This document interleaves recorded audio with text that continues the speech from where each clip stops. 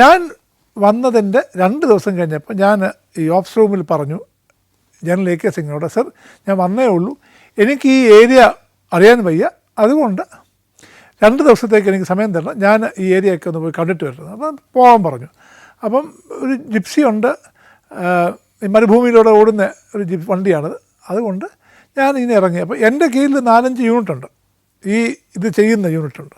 അപ്പോൾ ആ ഓരോ യൂണിറ്റിലും പോയി അവരെ കാണണം, അവർക്ക് എന്തൊക്കെയാണ് പ്ലാൻ ചെയ്തത്, അവരുടെ സ്പെയറൊക്കെ എത്ര ഉണ്ട്, എത്ര എൻജിനുണ്ട്, എത്ര അങ്ങനെ ഒക്കെ ഒരു കണക്ക് കൂട്ടി അവർ പറയണം. പിന്നെ ഞാനത് കമ്പയർ ചെയ്ത് ജനറലിനോട് പറയണം.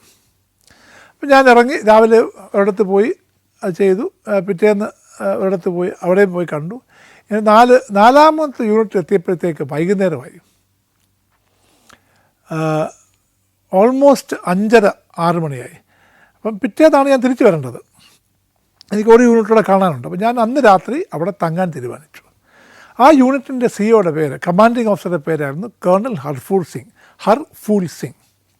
രാജസ്ഥാനിയാണ്. വളരെ ഭവ്യതയോടെ എന്നെ സ്വീകരിച്ചു, ഇരുത്തി. വൈകുന്നേരം അപ്പം ഫീൽഡാണല്ലോ, അപ്പം ഓഫീസിന് സമയമൊന്നുമില്ല, രാവും പകലും എല്ലാം ഒരുപോലെ, 24 മണിക്കൂർ നമ്മൾ വർക്കിംഗ് ആണല്ലോ. അപ്പോൾ എന്നെ വൈകുന്നേരം കൊണ്ട് കാണിച്ചു, അവരുടെ പ്ലാനെല്ലാം കാണിച്ചു, അവരുടെ ഈ സപ്ലൈ ചെയിൻ എവിടെ നിന്നാണ് വരുന്നത്, എത്ര ടണ്ണുണ്ട്, അതൊക്കെ പറഞ്ഞു. എന്നോട് പറഞ്ഞു, സർ ഞാൻ നാളെ ഇതിൻ്റെ ബേസ് ഡെപ്പോയിൽ പോകുന്നുണ്ട്, അവിടെ പോയിട്ട് അവിടുത്തെ ഒന്ന് കണ്ടുപിടിച്ച് എന്തൊക്കെയാണെന്ന് എനിക്കൊന്ന് കോർഡിനേറ്റ് ചെയ്യണമെന്ന് പറഞ്ഞു. ശരി. ഇപ്പോൾ രാവിലെ ഞാൻ അവിടുന്ന് വരാൻ നേരത്ത് ഈ ഓഫീസറും വേറെ ഒരു ലേഡി ഓഫീസർ, ഒരു സ്ത്രീയായിരുന്നു, ഒരു മേജറും അവിടെ എന്നോട് ബൈ പറഞ്ഞു. ഞാൻ എൻ്റെ ഹെഡ്ക്വാർട്ടറിലോട്ടും പോയി, അവർ ഈ അമ്യൂണിഷൻ ഡെപ്പോയിലേക്കും പോയി. പിന്നെ ഞാൻ അവിടുന്ന് വേറെ ഒരു ബ്രിഗേഡുണ്ട്, അവിടുത്തെ ഒരു യൂണിറ്റിൽ പോയി കണ്ടു. ഞാനൊരു 2:30-3 മണിയായപ്പോൾ തിരിച്ച് എൻ്റെ ഹെഡ്ക്വാർട്ടറിൽ വന്നു. ഈ അമ്യൂണിഷൻ ഡെപ്പോ ഓരോരോ സ്ഥലങ്ങളെന്ന് പറഞ്ഞാൽ 10-50-60 കിലോമീറ്റർ ദൂരെയാണ്. അപ്പം ഞാൻ ഈ ഒരു 300 കിലോമീറ്ററാണ് ഈ വണ്ടി പലയിടത്ത് പോയിട്ട് വരുമ്പോഴത്തേക്കാകുന്നത്. അപ്പം എല്ലാം കഴിഞ്ഞ് വൈകുന്നേരം ഞാൻ ഉച്ചയായപ്പോഴത്തേക്ക് ഒരു യൂണിറ്റിലെത്തി, അവിടെ കണ്ടു, അവിടുത്തെ എല്ലാം കാര്യങ്ങൾ കഴിഞ്ഞ് അവിടെ ലഞ്ച് കഴിച്ചു. അവിടുന്ന് വണ്ടി തിരിഞ്ഞ് ഒരു 2:30 ആയപ്പോഴത്തേക്ക് ഞാൻ എൻ്റെ ഏരിയയിൽ വന്നു. അപ്പോൾ ഈ മരുഭൂമിയിൽ എനിക്ക് താമസിക്കാൻ വേണ്ടി ഒരു ക്യാരവനുണ്ട്. ഇപ്പോൾ എല്ലാ ബ്രിഗേഡേഴ്സിനും മേലോട്ടും ക്യാരവനുണ്ട്. അപ്പം വലിയൊരു ട്രക്കാണ്, അതിനകത്ത് എൻ്റെ ബെഡ്റൂമുണ്ട്, എൻ്റെ ഓഫീസ് റൂമുണ്ട്, അതിൽ തന്നെ ബാത്റൂമുണ്ട്, എല്ലാം അതിനകത്തുണ്ട്. വൈകുന്നേരമായി, ഞാൻ ഫ്രഷായി തയ്യാറായിട്ട് ഈ ഓപ്പറേഷൻസ് റൂമിൽ ബ്രീഫിങ്ങിന് ചെന്നു. അന്നേരം ഇരുന്നപ്പം എൻ്റെ തൊട്ടപ്പുറത്ത് മെഡിക്കൽ, അതായത് ഒരു ഡോക്ടറാണ്, ഒരു ബ്രിഗേഡിയർ ഇരിപ്പുണ്ട്. അപ്പം എന്തൊക്കെയാണ് ഡിസ്കസ് ചെയ്യുന്നു.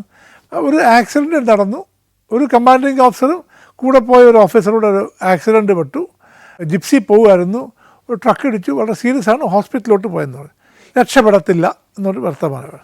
ഇത് പറഞ്ഞുകൊണ്ടിരുന്നപ്പോഴത്തേക്ക് ജനറൽ AK സിംഗ് വന്നു, കയറി, എല്ലാവരും എണ്ണിച്ചു, അയാൾ വിഷ് ചെയ്തു, ബ്രീഫിങ് തുടങ്ങി.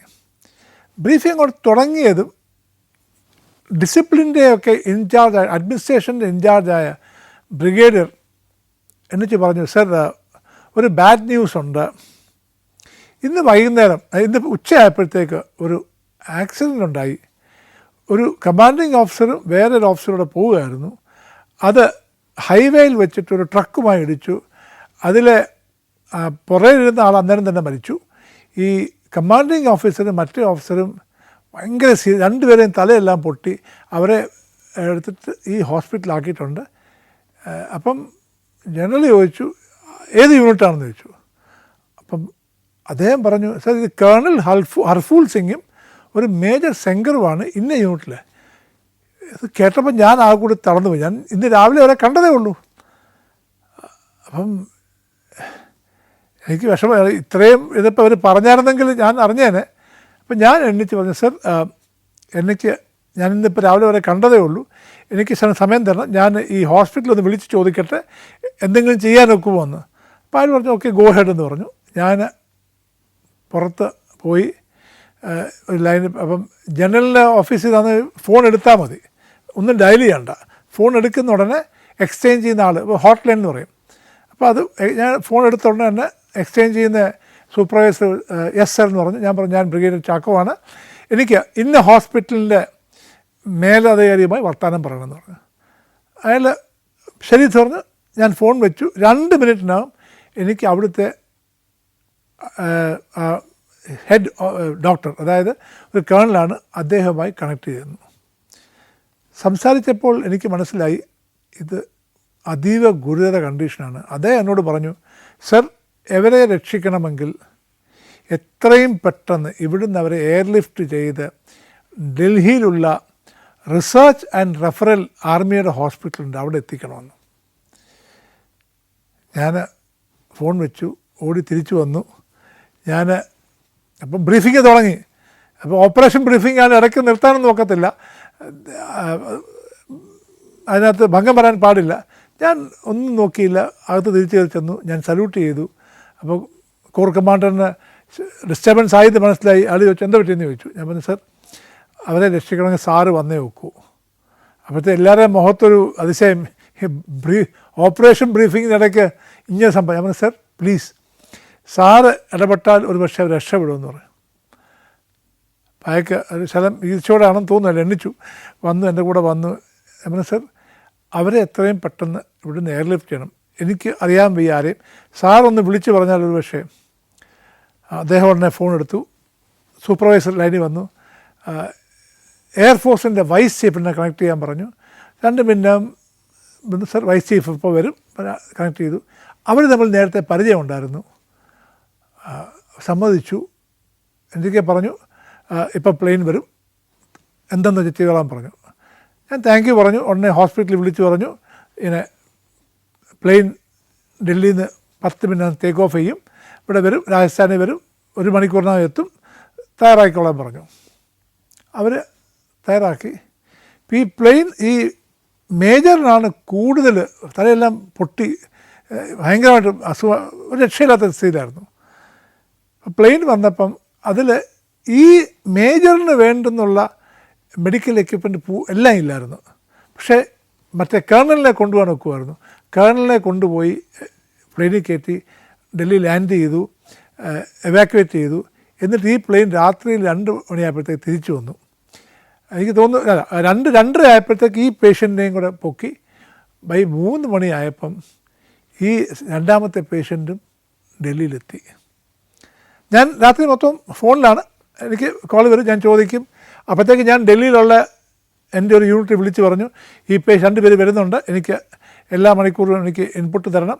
അപ്പോൾ അവിടെ ആൾ വന്നു. അപ്പോൾ എന്നോട് പറഞ്ഞു സർ കേണൽ ഹർഫൂലിൻ്റെ എന്താ പറഞ്ഞാൽ പ്ലെയിൻ വന്നിട്ടുണ്ട്, അവിടുന്ന് ഹെലികോപ്റ്ററിൽ ഇങ്ങോട്ട് കൊണ്ടുവന്നിട്ടുണ്ട്, ഇവിടെ ഇപ്പം ആക്കി അഡ്മിറ്റാക്കി നേരെ ഓപ്പറേഷൻ തിയേറ്ററിൽ കയറ്റി ഹെഡ് ഓപ്പറേഷനാണ് നടക്കുന്നു എന്ന് പറഞ്ഞു. 2:30 മണിയായപ്പോൾ എനിക്ക് മെസ്സേജ് വന്നു, മേജർ ശങ്കറിനെയും കൊണ്ടുവന്നിട്ടുണ്ട്, OT-ലോട്ട് കയറ്റിയിട്ടുണ്ടെന്ന് പറഞ്ഞു. രാവിലെ 8 മണിക്ക് ആയപ്പോൾ എനിക്ക് മെസ്സേജ് ഇട്ടു, സർ ഓപ്പറേഷൻ കഴിഞ്ഞിട്ടില്ല, 2 ഓപ്പറേഷൻ സൈമൾട്ടേനിയസ് ആയിട്ട് 2 ഇടത്ത് നടക്കുകയാണ്, വളരെ സീരിയസ് ആണെന്ന് തോന്നുന്നു എന്ന് പറഞ്ഞു. 10 മണിയായപ്പോഴത്തേക്ക് എനിക്ക് മെസ്സേജ് വന്നു, 2 ഓപ്പറേഷൻ കഴിഞ്ഞു, 2 പേരും ജീവിച്ചിരിപ്പുണ്ട്, ഇനി 24 മണിക്കൂർ അല്ലെങ്കിൽ 48 മണിക്കൂർ കഴിഞ്ഞ് എന്തെങ്കിലും പറയാവുന്നു. അപ്പം എനിക്ക് ചെയ്യാനുള്ളതൊക്കെ ഞാൻ ചെയ്തു. അന്ന് വൈകുന്നേരം ഈ ബ്രീഫിംഗ് സമയത്ത് ഞാൻ എണ്ണിച്ച് മുമ്പിൽ പോയി ജനറലിനോട് പേഴ്സണലി നന്ദി പറഞ്ഞു. അത് കഴിഞ്ഞിട്ട് ബാക്കി എക്സസൈസ് നടന്നുകൊണ്ടേയിരുന്നു. ഈ 2 പേരും അത്ഭുതകരമായി രക്ഷപ്പെട്ടു. കേണൽ ഹർഫൂൽ സിംഗ് തിരിച്ച് സുഖമായി 6 മാസം കഴിഞ്ഞപ്പം കമാൻഡ് ചെയ്യാൻ വന്നു, സെയിം യൂണിറ്റിൽ. പക്ഷേ മേജർ ശങ്കറിന് മെഡിക്കൽ കണ്ടീഷൻ അനുവദിക്കാത്തത് കൊണ്ട് ആർമിയിൽ നിന്ന് ബോർഡ് ഔട്ട് ചെയ്തു. അതായത് ആ സ്ത്രീക്ക് ഇനി ആർമിയിൽ കണ്ടിന്യൂ ചെയ്യാനൊക്കത്തില്ല. പക്ഷേ ഈ ആക്സിഡൻറ്റിന് സർവീസിന് കാരണമാണെന്നും പറഞ്ഞ് അങ്ങനത്തെ റീസണിലാണ് അദ്ദേഹത്തെ മേജർ ശങ്കറിനെ ആർമിയിൽ നിന്ന് ഡിസ്ചാർജ് ചെയ്തു. ഇപ്പോൾ സർവീസിന് ആട്രിബ്യൂട്ടബിൾ ആയതുകൊണ്ട്, സർവീസിൻ്റെ കാരണം കൊണ്ട് ഇതായതുകൊണ്ട് അവർക്ക് കിട്ടേണ്ട ആനുകൂല്യങ്ങളൊക്കെ അവർക്ക് കിട്ടും. ഇതെല്ലാം കഴിഞ്ഞ് ഒരു ജൂലൈ പകുതിയൊക്കെ ആയപ്പോഴത്തേക്ക് ഈ എക്സസൈസിൻ്റെ ശരിക്കുള്ള തുടങ്ങുകയാണ്. അപ്പോഴത്തേക്ക് പാകിസ്ഥാൻ അപ്പുറത്ത് റെഡിയാണ്. കാരണം ഈ പലപ്പോഴും ഈ അറ്റാക്കൊക്കെ വരുമ്പോൾ നമ്മളിങ്ങനെ എക്സസൈസ് എന്നൊക്കെ പറഞ്ഞ് തുടങ്ങും. അവർക്കറിയാൻ വയ്യല്ലോ ഇത് എക്സസൈസ് ആണോ, ഇത് പ്രാക്ടീസാണോ, അത് ശരിക്കും വരുവാണെന്ന് നമുക്കറിയാൻ വയ്യല്ലോ. അപ്പോൾ അവരവിടെ തയ്യാറൊക്കെ ആകും. അന്ന് AK ആൻ്റണിയാണ് നമ്മളുടെ പ്രതിരോധ മന്ത്രി, ഡിഫൻസ് മിനിസ്റ്റർ. അദ്ദേഹം അന്ന് ഇത് കാണാൻ വന്നിരുന്നു. അപ്പോൾ അദ്ദേഹം വന്നപ്പോഴാണ് പാരാട്രൂപ്പിങ്ങും ഈ പാരാഷൂട്ട് ചെയ്യുന്ന ആൾക്കാർ ചാടുന്നതും എല്ലാം ഉണ്ടായിരുന്നു. ഒരു ഭയങ്കര ഒരു ഷോ ആയിരുന്നത്. എല്ലാം കഴിഞ്ഞ് ഞങ്ങൾ ജൂലൈ അവസാനം തിരിച്ച് ഹെഡ്ക്വാർട്ടറിൽ വന്നപ്പോൾ എൻ്റെ ഈ ഡ്യൂട്ടിക്ക് അധികമായിട്ട്, അതായത് ഞാനിപ്പോൾ ചെയ്തുകൊണ്ടിരുന്ന ലോജിസ്റ്റിക്സ് അല്ലാതെ തന്നെ എന്നെ മഥുര സ്റ്റേഷൻ്റെ കമാൻഡറാക്കിയും മഥുര ഈ ഞങ്ങളുടെ ആർമിയുടെ ഏരിയ കൻറ്റോൺമെൻ്റ് എന്ന് പറയും, അപ്പോൾ ആ കൻറ്റോൺമെൻറ്റിൻ്റെ പ്രസിഡൻറ്റുമാക്കി ഈ കോർ കമാൻഡർ ഓർഡർ ഇട്ടു. പിന്നെ ഞാൻ മഥുരയിൽ ഉള്ളിടത്തോളം കാലം ഞാൻ ബ്രിഗേഡറായിട്ട് ഈ സ്ട്രൈക്ക് കോറിൻ്റെ ലോജിസ്റ്റിക്സിൻ്റെ ഇൻചാർജും ഈ മിലിറ്ററി സ്റ്റേഷൻ്റെ കമാൻഡറും കൻറ്റോൺമെൻറ്റ് ബോർഡിൻ്റെ പ്രസിഡൻറ്റുമായിട്ട് ഞാൻ തുടർന്നു. Saudi Arabia, United Arab Emirates, Kuwait. സഞ്ചാരം വോള്യം നമ്പർ 20. ഫുൾ HD-യിലുള്ള അപൂർവ ദൃശ്യയാത്രാ വിവരണ ശേഖരം ഉടൻ സ്വന്തമാക്കാൻ സഞ്ചാരം എന്ന് SMS ചെയ്യൂ. ഫോൺ 9995 444 222.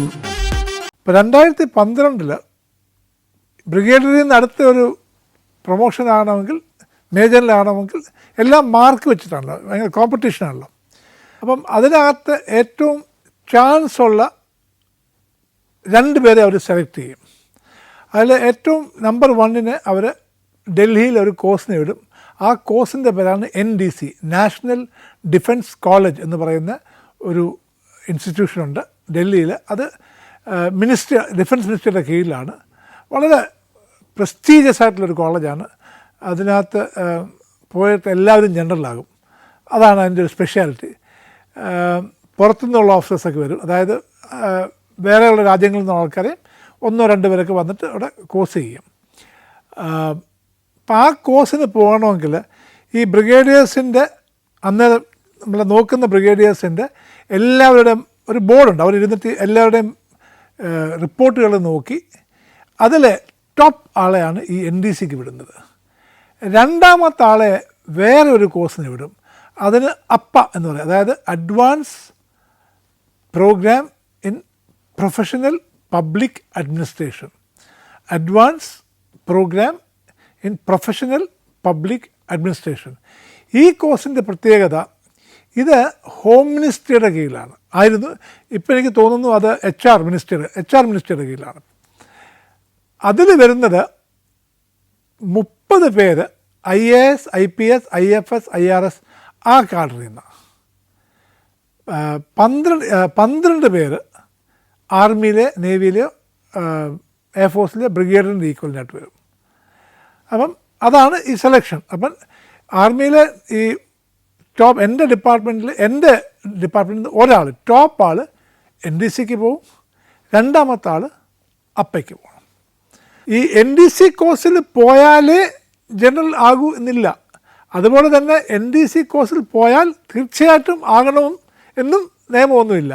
പക്ഷേ NDC കോഴ്സിൽ നമ്മളെ സെലക്ട് ചെയ്ത അർത്ഥം ആ ബാച്ചിൽ നമ്മൾ ബ്രിഗേഡിയറിനെ തമ്മിലുള്ള അതിനകത്ത് നമ്മളാണ് ഏറ്റവും മുമ്പിൽ എന്നാണ് വെപ്പ്. അപ്പയിൽ advance program in professional public അഡ്മിനിസ്ട്രേഷനിൽ പോവുകയാണെങ്കിൽ ആ ബാച്ചിൽ നമ്മൾ മെറിറ്റിൽ രണ്ടാമത്തെ ആൾ ആണെന്നാണ് വെപ്പ്. അവിടെ പോയതുകൊണ്ട് ജനറൽ ആകണമെന്നില്ല. അവിടെ പോകാതെ ജനറൽ ആകുന്നവരുണ്ട്, പോയിട്ട് ആകാത്തവരുമുണ്ട്. സോ ജനറൽ ആകാൻ ഇതൊരു ഇൻഡിക്കേറ്റർ, നമുക്ക് ഈ മെറിറ്റിൽ നമ്മുടെ സ്ഥാനം അറിയുന്നതേ ഉള്ളൂ. അപ്പം എല്ലാവരുടെയും കണക്കും പ്രകാരം എൻ്റെയും കണക്ക് കൂട്ടലിൽ ഞാനാണ് ടോപ്പ്. അപ്പോൾ എല്ലാവർക്കും അറിയാം ഞാനിതിനെ നന്നായിട്ട് ചെയ്യുന്നുണ്ട്, അടുത്ത ജനറൽ ഞാനായിരിക്കും എന്നുള്ളതൊരു എല്ലാവർക്കും അറിയാം. എനിക്കും അങ്ങനെ തോന്നൽ വന്നു. ഈ റിസൾട്ട് ബോർഡ് നടക്കുന്നത് സെപ്റ്റംബർ ഒക്ടോബറിലാണ്, പക്ഷേ അതിൻ്റെ റിസൾട്ട് വരുന്നത് ഡിസംബറിലാണ് സാധാരണ. എന്നിട്ട് ജൂണിലാണ് ഈ കോഴ്സ് തുടങ്ങുന്നത്, മാർച്ചിലാണ് ഈ കോഴ്സ് തുടങ്ങുന്നത്. അപ്പം ഡിസംബറിൽ റിസൾട്ട് ഔട്ടാവും, മാർച്ചിൽ കോഴ്സ് തുടങ്ങും. അപ്പം ഞാൻ എല്ലാ വർഷവും ഈ കോഴ്സ് വെച്ചിട്ടല്ല, എല്ലാ വർഷവും ഡിസംബറൊക്കെ ആകുമ്പോഴത്തേക്ക് ഞാൻ അടുത്ത വർഷത്തേക്കുള്ളൊരു ആക്ഷൻ പ്ലാൻ ഉണ്ടാക്കും. എൻ്റെ ഓഫീസേഴ്സുമായിട്ടൊക്കെ ഡിസ്കസ് ചെയ്ത് ഈ അടുത്ത വർഷം നമ്മളുടെ ബ്രാഞ്ച് അല്ലെങ്കിൽ നമ്മളുടെ യൂണിറ്റിൽ നമ്മൾ ഇനി എന്താണ് ഈ അടുത്ത വർഷം ചെയ്യാൻ പോകുന്നൊരു ഒരു എന്താ പറയുക ഒരു ബ്ലൂ പ്രിൻ്റ് ഉണ്ടാക്കും. അപ്പം ഞാൻ എല്ലാ വർഷത്തെയും കൂട്ട് ആ ഡിസംബറിൽ ഇരുന്ന് ഒരു ബ്ലൂ പ്രിൻ്റൊക്കെ ഉണ്ടാക്കി എൻ്റെ താഴെയുള്ളൊരു കേണലുണ്ട്, അദ്ദേഹമായിട്ടിരുന്ന് ഡിസ്കസ് ചെയ്ത് ഞാനൊരു ബ്ലൂ പ്രിൻ്റൊക്കെ ഉണ്ടാക്കി അടുത്ത വർഷം എന്താണ് ചെയ്യാൻ പോകുന്നത് എന്നൊക്കെ വെച്ചു. എന്തായാലും ഞാൻ പോകും, മാർച്ച് ആകുമ്പോഴത്തേക്ക് ഫെബ്രുവരി അവസാനം ഞാൻ പോകും, മാർച്ച് തുടങ്ങുമല്ലോ. ഡിസംബർ 31 റിസൾട്ട് ഔട്ടായി, പബ്ലിഷ് ചെയ്തു. അത് ചെയ്തപ്പോൾ എൻ്റെ പേര് അതിലില്ല. എനിക്ക് വിഷമമുണ്ടായി. ബട്ട് അപ്പോഴത്തേക്കൊക്കെ എൻ്റെ ജീവിതത്തെ കാഴ്ചപ്പാടെല്ലാം മാറി. അപ്പം വിഷമമുണ്ടെങ്കിലും ഓക്കെ, ഇല്ല ഫൈൻ എന്ന് പറഞ്ഞ് മരിക്കാനൊക്കത്തില്ലല്ലോ. നമ്മൾ കണ്ടിന്യൂ ആയിട്ട് വർക്ക് ചെയ്യുക എന്നുള്ളതാണ്. അപ്പം പിറ്റേന്ന് രാവിലെ 1 ജാനുവരി 2012 ഞങ്ങൾ രാവിലെ ഓഫീസിൽ വന്നു. അപ്പോൾ ഒരു പതിവാണ് എല്ലാ പുതുവർഷത്തിലും ആദ്യത്തെ ദിവസം ഞാൻ എളുപ്പമായാലും എൻ്റെ ഓഫീസേഴ്സും എൻ്റെ പട്ടാളക്കാരും കൂടെ ഒരു ചായ, മോർണിംഗ് ടീ ഒരുമിച്ച് എല്ലാവരും, എന്നിട്ട് ആ വർഷത്തെ കാര്യങ്ങൾ നമ്മൾ 10-15 മിനിറ്റ് പറഞ്ഞ് ഇതാണ് നമ്മൾ ചെയ്യാൻ പോകുന്നത് ഓരോരുത്തരെയൊക്കെ വിഷ് ചെയ്ത്, അങ്ങനെയാണ് എൻ്റെ ഒരു പതിവ്. വർഷങ്ങളായിട്ട് ഞാൻ ചെയ്യുന്നതാണ്. അപ്പോൾ ഇത് ഞാൻ നേരത്തെ പറഞ്ഞിരുന്നു. അപ്പം 31 ഡിസംബർ 31 വൈകുന്നേരം റിസൾട്ട് ഔട്ടായി. ഇത് 1 തീയതിയാണ്. രാവിലെ ചായ അറേഞ്ച് ചെയ്തു. അപ്പം ഞാൻ വന്നു, അത് മുമ്പ് വന്നപ്പം ഒന്നും സംഭവിക്കാത്തപ്പോൾ ഇപ്പം എല്ലാവരും എൻ്റെ മുഖത്ത് നോക്കുക. ഞാൻ ചായയൊക്കെ കുടിച്ചുകൊണ്ട് എല്ലാവരും വളരെ സന്തോഷത്തോടെ വർത്തമാനം പറയുന്നു, കൈ കൊടുക്കുന്നു, പ്ലാൻ കിട്ടിയായിരുന്നോ, എന്തെങ്കിലും പറയാനുണ്ടോ എന്നൊക്കെ ചോദിച്ചു. അപ്പം എല്ലാവരുടെയും മുഖത്തൊരു മ്ലാനതയും. ഞാൻ പറഞ്ഞു, തോൽവിയും ജയവും ജീവിതത്തിൻ്റെ ഒരു ഭാഗമാണ്. ജയിക്കുന്നത് നമ്മളുടെ കഴിവുകൊണ്ടാകണമെന്നില്ല, മറ്റുള്ളവരുടെ സഹായം കാണും, നമ്മളങ്ങനെ ജയിക്കും. തോൽക്കുന്നത് നമ്മളുടെ കഴിവുകേട് കൊണ്ടാകണമെന്നില്ല, അത് മറ്റുള്ള കാരണങ്ങൾ കൊണ്ടാകാം. പിന്നെ ഈ ഒരു കോഴ്സിന് പോയത് കൊണ്ടോ പോകാത്തത് കൊണ്ടോ അല്ല നമ്മളുടെ ജീവിതം ഡിഫൈൻ ചെയ്യുന്നത്. നമ്മൾ നമ്മളുടെ ജോലി കൊണ്ടാണ് ചെയ്യുന്നത്. എല്ലാവരും ചെയ്യണം, ഡോണ്ട് വറി എന്നൊക്കെ പറഞ്ഞ് ചായ കഴിഞ്ഞു. ഞാൻ എൻ്റെ ഓഫീസിലേക്ക് തിരിച്ചു വന്നു. ഞാൻ വന്നിരുന്നു, എൻ്റെ ഫയലൊക്കെ എടുത്തപ്പോഴത്തേക്ക് ഒരു ഓഫീസർ, അദ്ദേഹത്തിൻ്റെ പേര് കേണൽ ഹേം സിംഗ് നാഗർ, പുള്ളി UP-കാരനാണ്. ഒരു 6 അടി പൊക്കമുള്ളൊരു മനുഷ്യൻ, ഭയങ്കര ആചാരബാഹു ഒരു മനുഷ്യനാണ്. അദ്ദേഹം എൻ്റെ ഓഫീസിൽ വന്ന് പുള്ളിക്കാരൻ ഭയങ്കര രോഷാകുലൻ. എന്നാ തെമ്മാടുത്തരവാ സാറേ, ഇത് സമ്മതിക്കാൻ പാടില്ല, അങ്ങനെയാണ് ഇങ്ങനെയാണ്, സാറിനോട് കാണിക്കുന്ന അനീതിയാണ്, ഇത് തെറ്റാണെന്നൊക്കെ പറഞ്ഞു. ഞാൻ പറഞ്ഞു, ഹേം സിംഗ് ഇരിക്കാൻ പറഞ്ഞു. ഇരുന്നു. അപ്പോഴത്തേക്ക് ഞാൻ എൻ്റെ ബാക്കി എല്ലാ ഓഫീസേഴ്സിനെയും വിളിച്ചു. 7-8 ഓഫീസറുണ്ട്, എല്ലാവരെയും വിളിച്ച് മുമ്പ് ഇരുത്തി. ഞാൻ പറഞ്ഞു, നിങ്ങളുടെ സപ്പോർട്ടിനൊക്കെ ഒത്തിരി നന്ദി. നിങ്ങളോട് ആരാ പറഞ്ഞത് ഞാൻ ആകുമെന്ന്? നിങ്ങൾ എൻ്റെ ബോർഡിൻ്റെ ഷീറ്റ്, എൻ്റെ മാർക്ക് നിങ്ങൾ കണ്ടോ? ഇല്ല. ഞാൻ നിങ്ങളോട് പറഞ്ഞോ ഞാൻ ആകുമെന്ന്? ഇല്ല. സാർ എല്ലാവർക്കും അറിയാം. ഞാൻ പറഞ്ഞത്, ഞാൻ നിങ്ങളോട് എനിക്കിത്ര മാർക്കുണ്ട്, അല്ലെങ്കിൽ ബാക്കിയുള്ള 8 ബ്രിഗേഡിയേഴ്സിനെ നോക്കുന്നതിനാണെങ്കിൽ അവർക്കെത്ര മാർക്കുണ്ട് ഞാൻ നിങ്ങളോട് പറഞ്ഞു? ഇല്ല. എൻ്റെ മാർക്ക് നിങ്ങൾക്കറിയാമോ? ഇല്ല. അവരുടെ മാർക്ക് നിങ്ങൾക്ക് ആർക്കെങ്കിലും അറിയാമോ? ഇല്ല. പക്ഷേ ലോകത്തിന് മൊത്തം അറിയാം സാറാ പോകുന്നത്. ഞാൻ അവിടെയാണ് പെർസെപ്ഷൻ. ദയവായിട്ട് ഈ സിസ്റ്റത്തെ നിങ്ങൾ കുറ്റം പറയരുത്. എന്തെങ്കിലും കാരണം കൊണ്ടായിരിക്കാം ഞാൻ ആകാത്തത്. അപ്പോഴത്തേക്ക് ഈ ഹേം സിംഗ് അങ്ങ് സങ്കടം, കണ്ണൊക്കെ നിറഞ്ഞ്, സാർ ഇത് തെറ്റാണ് സാർ. ഞാൻ പറഞ്ഞു, ഹേം സിംഗ്, ഒരു കോഴ്സിന് പോവുകയോ പോകാതിരിക്കുകയോ കൊണ്ട് നമ്മുടെ ജീവിതം മാറി മറിഞ്ഞെങ്കിൽ നമ്മൾക്ക് ആ കോഴ്സിന് പോകാൻ യോഗ്യതയില്ല എന്ന് മാത്രം കരുതിയാൽ മതി. Now get on with the work, പണി തുടങ്ങട്ടെ എന്ന് പറയാം. എല്ലാവരും പോയി. ഒരു 11-12 ആയപ്പം ഇങ്ങനെ പിന്നെയും വന്നു. സാർ എനിക്ക് ഭയങ്കര സങ്കടമാണ് സാർ, ഇത് കംപ്ലയിൻറ്റ് ചെയ്യണം. ഞാൻ പറഞ്ഞു, ഞാൻ എന്തോ കംപ്ലയിൻറ്റ് ചെയ്യണ്ടേ? സാർ ഇത് സാർ കംപ്ലയിൻറ്റ് ചെയ്യണം, എനിക്ക് പോകണമായിരുന്നു. ഞാൻ പറഞ്ഞു, ഹേം സിംഗ്, ഇത്രയും കാണിച്ച സ്നേഹത്തിനും സപ്പോർട്ടിനും നന്ദി, നമ്മളിനി ഈ കാര്യം ഡിസ്കസ് ചെയ്യുന്നില്ല. കഴിഞ്ഞു പോയി. പക്ഷേ പുള്ളി എല്ലാ ആഴ്ചയും 2 ദിവസം വന്ന് പുള്ളി ഭയങ്കര സങ്കടം. അങ്ങോട്ട് പുള്ളിക്കാരനെ സമ്മതിക്കാനൊക്കെ ഒന്നുമില്ല ഇതെങ്ങനെ പറ്റിയെന്ന്. ഇതിനിടയ്ക്ക് ഫെബ്രുവരിയിൽ അടുത്ത റിസൾട്ട് വന്നു. എൻ്റെ പേര് ഈ അപ്പ കോഴ്സിലുണ്ട്, അതായത് advance program in professional public administration. ഇത് ഡൽഹിയിൽ Indian institute of public administration നടത്തുന്ന ഒരു കോഴ്സാണ്. 10 മാസത്തെ കോഴ്സാണ്. അങ്ങനെ എൻ്റെ പേര് വന്നു അപ്പാ കോഴ്സിൽ. ഞാൻ ജൂണിൽ ഡൽഹിയിലേക്ക് സ്ഥലം മാറി, ഞാനും എൻ്റെ ഭാര്യയും. ഞങ്ങൾ ഈ കോഴ്സിന് വന്നു. 40 പേരുണ്ടായിരുന്നു. 28 പേര് IAS, IPS, IFS ആൾക്കാർ, ഞങ്ങൾ 12 പേര്. ആർമിയിൽ നിന്ന് 9, ആർമിയിൽ നിന്ന് 9, 2 എയർഫോഴ്സും 1 നേവിയും ആയിരുന്നു. ഞങ്ങൾ 12 പേര് ഈ കോഴ്സിന് വന്നു. ഞങ്ങൾ ആ കോഴ്സിലൂടെ ഒരുമിച്ച് കൂടി. വളരെ ഇൻഫോർമേറ്റീവായിട്ടുള്ളൊരു കോഴ്സാണ്. അത് കഴിഞ്ഞപ്പം എനിക്ക് MPhil കിട്ടി. അതിൻ്റെ കൂടെ തന്നെ എനിക്കൊരു post graduate diploma in public administration ഒരു ഇതും കിട്ടി. ഈ കോഴ്സിൽ എല്ലാ മാസവും പരീക്ഷയുണ്ട്. എല്ലാവരും ഈ IAS, IPS എല്ലാവരും എഴുതുന്നത്. ആ കോഴ്സിൻ്റെ ഫൈനൽ റിസൾട്ടിൽ ഞാൻ മെറിറ്റിൽ 2ാമത്തെ ആളായിരുന്നു. എനിക്ക് ആ വർഷത്തെ സിൽവർ മെഡൽ കിട്ടി. എനിക്ക് വളരെ സന്തോഷമായി. പക്ഷേ ഇതിനിടയ്ക്ക് വെച്ച് വേറെ ഒരു സംഭവം നടന്നു. നിന്നോട് ആരാ പറഞ്ഞ നീ മേജർ ജനറൽ ആകുമെന്ന്? നീ മെറിറ്റിലെങ്ങും ഇല്ല. നീ എന്തൊക്കെ ചെയ്താലും ആകത്തില്ല. നീ കംപ്ലയിൻ്റ് ചെയ്താലും ആകത്തില്ല. നീ കേസ് കൊടുത്താലും ആകത്തില്ല. സോ ഇതിനെപ്പറ്റി ചുമ്മാ ചിന്തിച്ച് തല പോയിക്കേണ്ട കാര്യമില്ല. അപ്പം എൻ്റെ ഭാര്യ എന്നെ നോക്കി. അപ്പം ഞാൻ ചോദിച്ചു, മതിയായല്ലോ, സന്തോഷമായല്ലോ, ലെറ്റ്സ് ഗോ, പോകാമെന്ന് പറഞ്ഞു. ഞാൻ എണ്ണിച്ചിട്ട് അദ്ദേഹത്തോട് പറഞ്ഞു, ഇനി ഞാനൊരു കാര്യം അങ്ങോട്ട് പറയാം. ഞാൻ ആർമിയിൽ നിന്ന് ഇറങ്ങുന്നതിന് മുമ്പ് ഞാൻ ജനറലിൻ്റെ റാങ്ക് ഇടും. ഇനി എനിക്ക് വാശിയാണ്. ഞാൻ ഇപ്പോഴാണ് എൻ്റെ മനസ്സിലൊരു എനിക്കിത് വന്നത്. എന്ത് വന്നാലും ഞാൻ ഏതറ്റം വരെ പോയാലും ഞാൻ ഈ കേസ് ജയിക്കും. ഞാൻ റാങ്ക് ജനറലിൽ ഇടും എന്ന് പറഞ്ഞ് ഞാൻ ഇറങ്ങി.